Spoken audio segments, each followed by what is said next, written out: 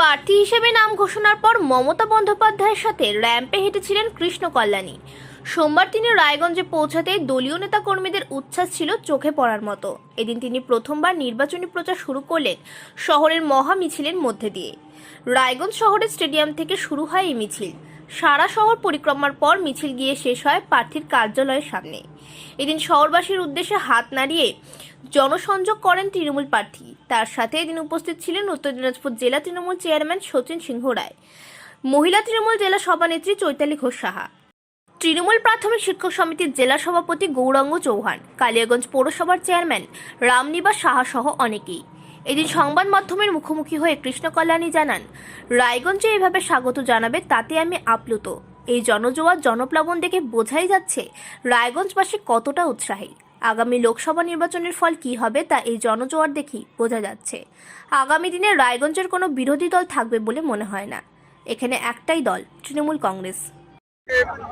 স্বাগত জানাচ্ছে। এটা জনজোয়ার জনপ্লাবন কি বলবেন আপনি? এই হিসাবে রায়গঞ্জবাসী উৎসাহিত আছে, উদ্বিগ্ন আছেন।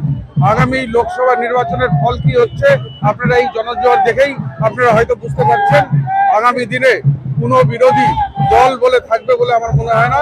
এখানে একটাই দল, তৃণমূল কংগ্রেস। তৃণমূল কংগ্রেস প্রথম জেতা, তারপরে তৃণমূলে ফেরা, আবার তৃণমূলের টিকিটে সাংসদ পদের জন্য পদপ্রার্থী। আমি তৃণমূলের একনিষ্ঠ কর্মী। তৃণমূল কংগ্রেস আমাকে প্রার্থী হিসাবে চয়ন করেছে। দিদি আমার উপর আস্থা রেখেছেন, অভিষেকটা আমার উপর আস্থা বিশ্বাস রেখেছেন।